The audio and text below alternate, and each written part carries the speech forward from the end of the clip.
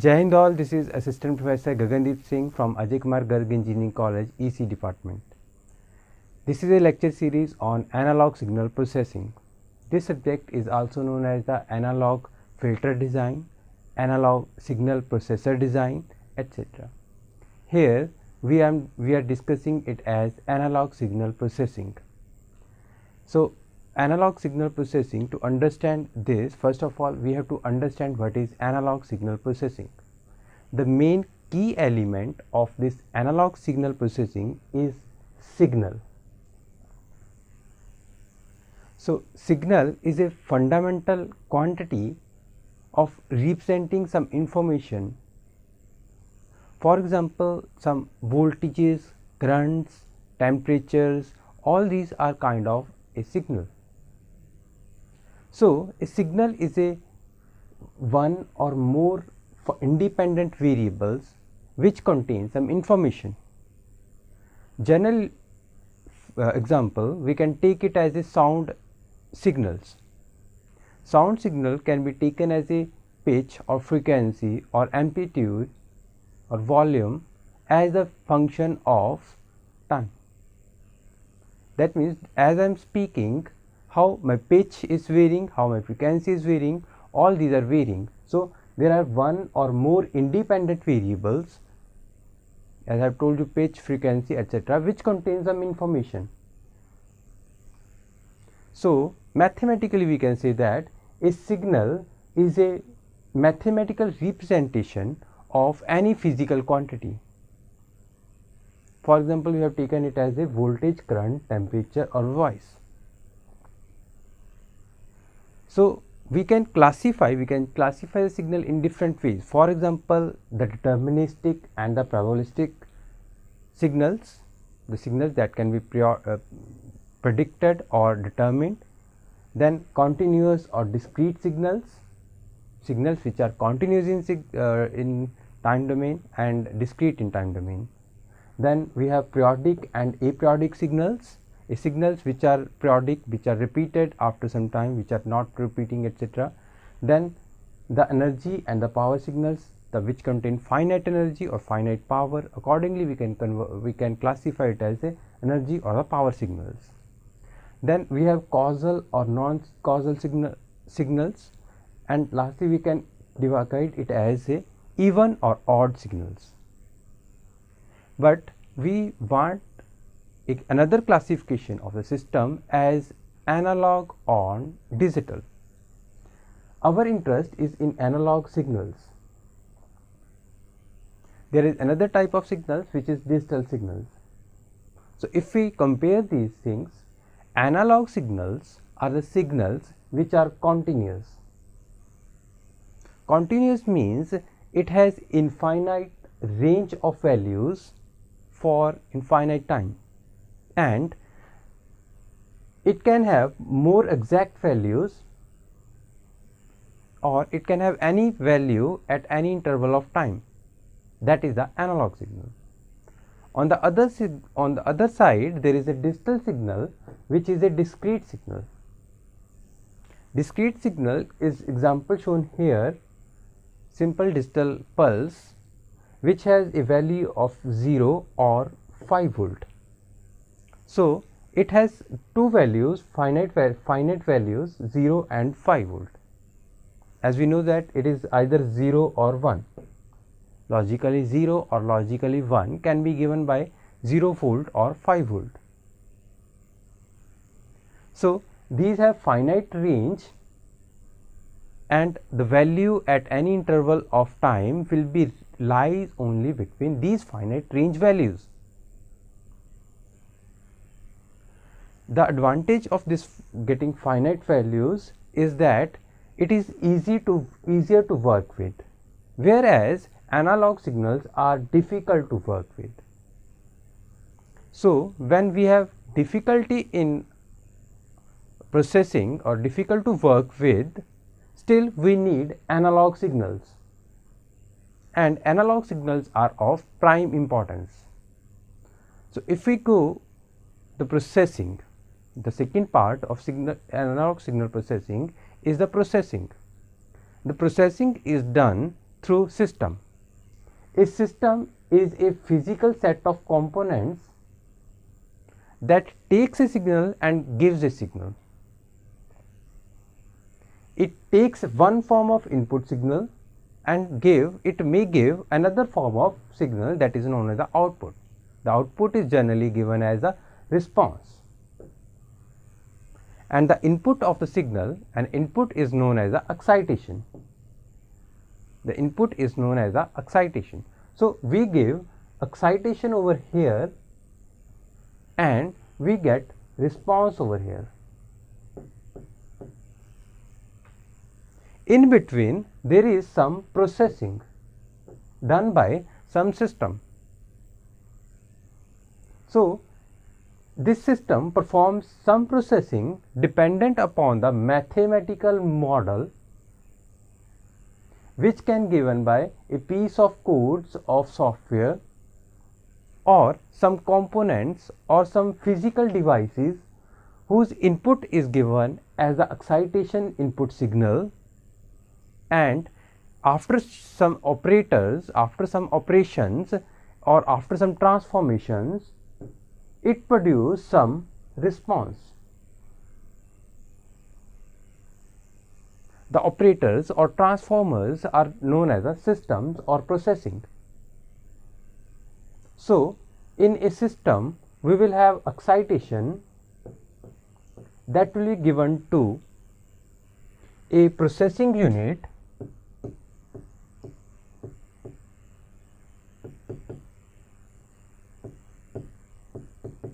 which processes the signal and gives a response.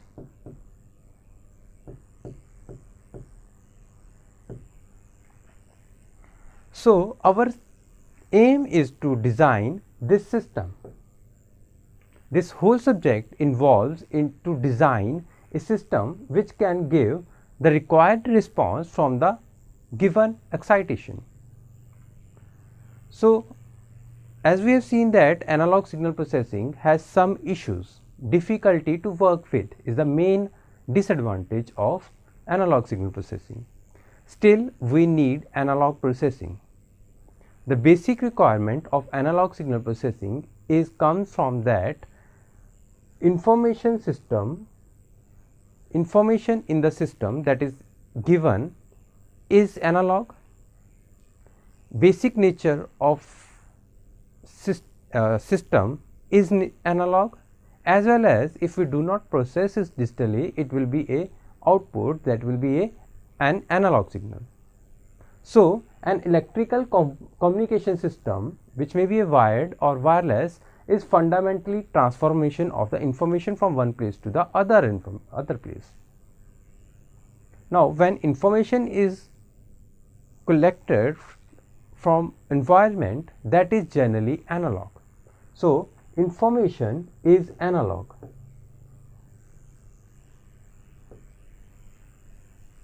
Which is transmitted through a channel in our wired or wireless communication system. This channel or medium is again analog. So, our information is analog, our channel or medium is analog. So, it will be easier to work with the analog system. Secondly, if we use a system like in the previous example, we have a response from excitation to the processor.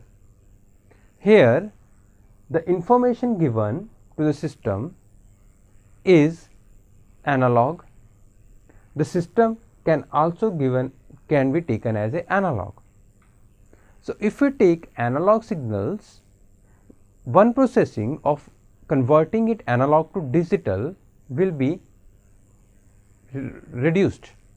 So, this will reduce the efforts.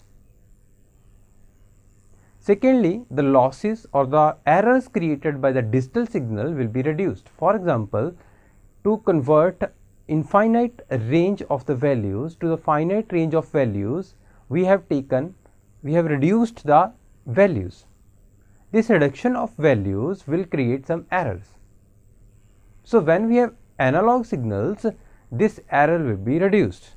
We will have more accurate signals. Second, also we can have some transconductance amplifiers which can use for the high frequency signals, right. Previously we have only high frequency filters which were used for the distal filters. Now we have transconductance amplifiers which is easier to use and which we can use for the higher filters. Generally, a filter is a combination of RLC circuit. So this RLC circuit can be created using some transconductance. Also, this active filters, this RLC plus operational amplifier op amp will create active filters. These active analog filter can be used for all type of digital as well as the analog signals. For example, to create some of the digital systems, we have to use analog signal filters. One example we can take that when we create FIR filters or IIR filters, first of all we have to design analog signal filter design, that is modified to the digital filter design. So to make these analog filters, the various topics that we will study are given here. First of all, we will take the basics of the filtering, how we do the filtering, what is the filtering, etc. That is the first topic of our lecture series. So here, first of all, we will discuss the basic building blocks of a filter like current conveyor or current feedback amplifiers. Then we will discuss the basic parameters of a filter. For example, the Q and W, which is a basic parameter of the filter design. Also, we will discuss the different orders of the filters, different types of filters like second order filter. Then we will discuss the what is the frequency response of a filter, how we can take it as a signal. Then also we will discuss the different type of the biquads or the second order filters. For example, the 3 op amp biquad, or we can discuss the Sallen-Key biquad, Sallen-Key second order filter. After equipped with the basics of all the filter design parameters, we will discuss the ideal low pass filters. We classify here in the two ways, one is a Butterworth filter and other is the Chebyshev filter. We will discuss the minute properties of these two filters like the pole location, the specifications, and lastly we will compare these two type of the filter designs protocols. These are basically protocols with which we can design the other type of the filters also. For example, Chebyshev can be used for the inverse Chebyshev filter designing. Then after this one, we will discuss some of the other topics related to the filtering. For example, the equalization, then the sensitivity. So this topic is related to the filter non-idealization of the filter design that we have discussed in the second topic. Then in the fourth topic, we will discuss an important revolution in the filter design, active analog filter design, which is known as a GIC, general impedance converter. As I have told you that most of the circuit can be designed by RLC filter circuits. Now these are RLC components are heavier in nature. So to design these heavier components using some active filter like op amp, we create a GIC circuit. general impedance circle. So this general impedance converter will convert any type of impedance using op-amp. So when we have op-amp that will convert all the signals, all the filters in GIC, we will have a lighter weight or actual filter design which is possible on an IC. So we can design a filter. So this is the topic for the fourth topic. Here two methods are given to create GIC. One is the Gauss-Key technique and other is Bruton's technique for creating GIC. After having all these components, all these information from basic ideal to the actual one, lastly we will have the filters that we will design using the basic elementary blocks. For example, we will create the resistors, integrators, summers, gyrators, first and second order filters and the higher order filters. So lastly we are reaching to design of the high order filter with all these knowledge. So this is the basic function of our analog signal processing. So to start with, let's take an example of the same two-port network. That is, first of all, let's suppose we have one excitation which is given to a system and it gives a response. Let's suppose this excitation is V1, which is a function of time, let's suppose. Let's suppose the response is V2 t. This V1 is given by, let's suppose, this function, a sinusoidal function or cosine function, and V2 is again a response. This V1 and V2 in phasor way we can represent it as in magnitude into e raised to power minus j theta 1, where theta 1 is the phase of this signal, and V2 can be given by this one, magnitude into the phase. If we take the ratio of output by input, it will be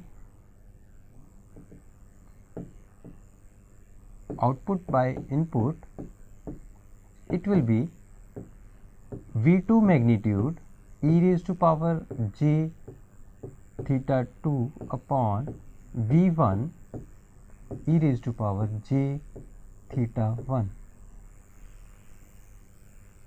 This is known as the transfer function.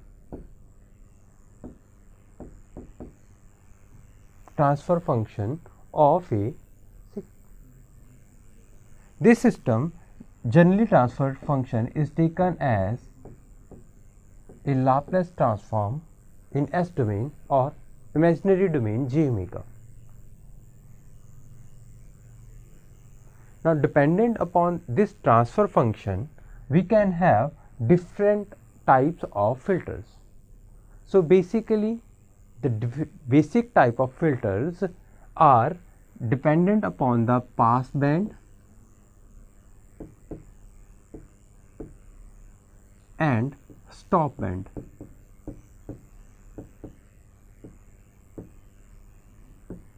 So dependent upon the stop band and the pass band, we can classify the filters in four ways. These are high pass, low pass, band pass and band stop filters. First of all, low pass filter. Low pass filter means the lower frequency are allowed to pass through the filter and higher frequencies are not allowed to pass through the filter. or we can say that it has a high attenuation over here and it has a less attenuation over here, and it allows the signals to pass when the frequency is low. For example, given here the frequency of this signal, this is a response of a filter with frequency given by on this axis, and this allows the signals of frequency 0 to somewhere here 1200 1590 hertz to pass through it. So it has a bandwidth of 0 to 1590 hertz.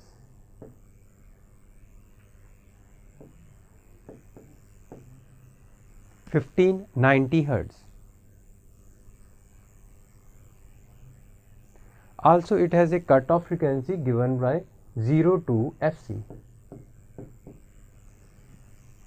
where Fc is the frequency after which attenuation is high. Now one more thing to be remember over here, that in our ideal filters we can have this response, but when we are creating analog filters we are not dealing with the analog filters, ideal filters. Here we have a response that may come somewhere like here, like for the Butterworth or for the Chebyshev. Now here to define a particular frequency over here, is not possible. Also the amplitude on here, the attenuation on this side is not a constant. So generally we take one range of attenuation which can be tolerated. For example, here we take as this as alpha min that can be tolerated. So below this one, if there is any attenuation, then it will be not a good filter. But we can tolerate attenuation up to this alpha min, and this will be the alpha max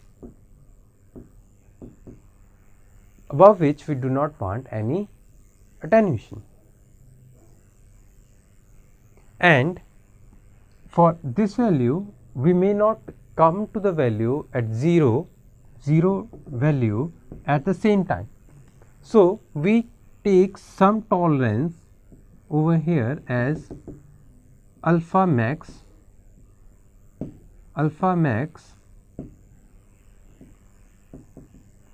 for this value.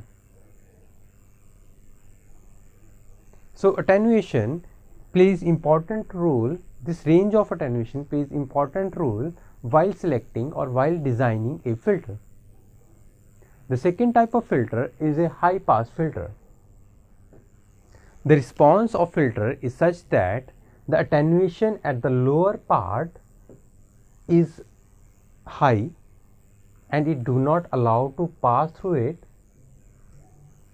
and after the cutoff frequency Fc it allows to pass the signal. So the bandwidth of this filter will be Fc to infinite. For example, here the cutoff frequency is 160 hertz.